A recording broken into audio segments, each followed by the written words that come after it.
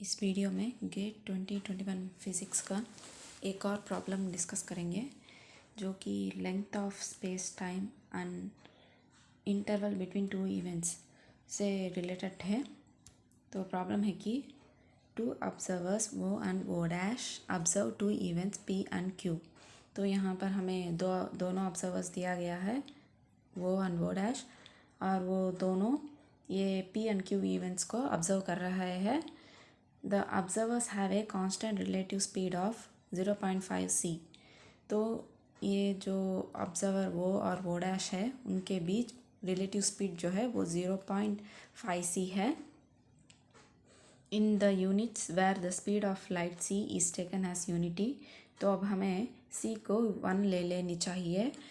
The according to ये line के अनुसार the observer O obtain the following coordinates, और ऑब्जर्वर वो जो है वो उनको ये कोऑर्डिनेट्स मिले हैं इवेंट p और इवेंट q के लिए।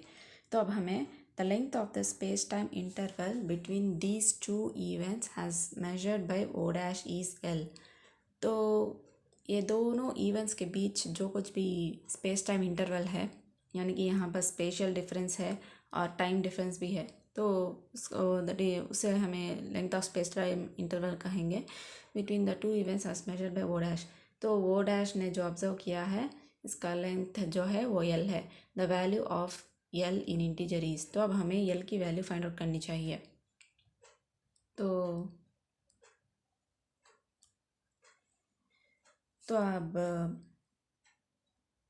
ये जो ट्रांसफॉर्मेशन है, तो ये जो लॉरेंस ट्रांसफॉर्मेशन है, तो लॉरेंस ट्रांसफॉर्मेशन में क्या होता है कि स्पेस टाइम इंटरवल सेम होता है दोनों ऑब्जर्वर्स के लिए।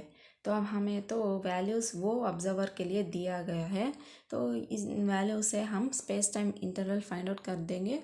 तो वही एल डैश के लिए भी, यानी कि वो डैश के लिए भी वही सेम आ जाता है length of space time interval. तो अब length of space time interval का फॉर्मूला है, length of space time interval का formula L naught square is equals to delta x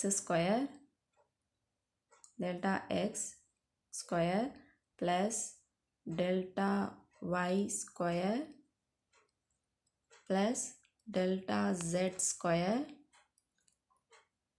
और minus C square delta T square, यानी कि i C delta T whole square, यानी कि minus C square delta T square.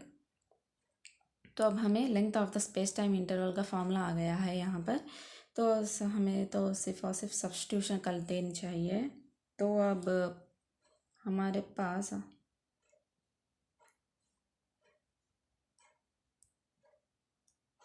अब delta X square क्या हो जाता है कि यानी कि इवेंट p और इवेंट q के बीच डेल्टा x, यानी कि कितना चेंज है x की वैल्यू में।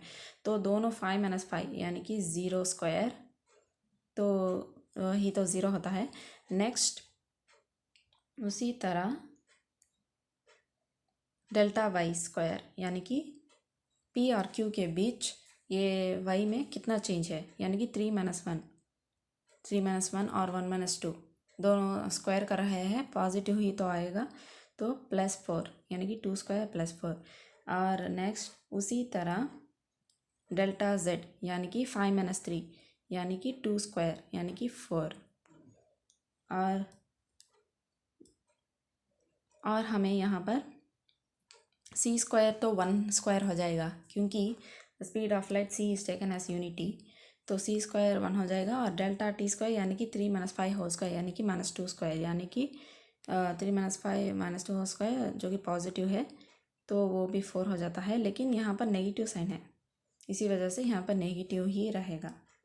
तो अब ये दोनों कैंसिल हो जाएंगे और 0 स्क्वायर +4 क्या हो जाता है, +4 आ जाता है हमारे पास।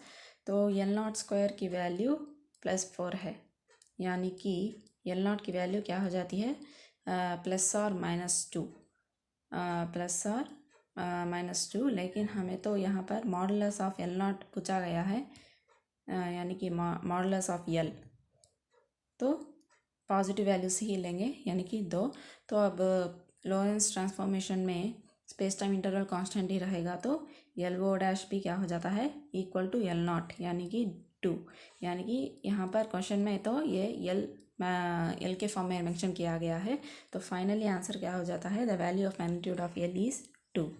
तो इसका आंसर हो जाता है 2।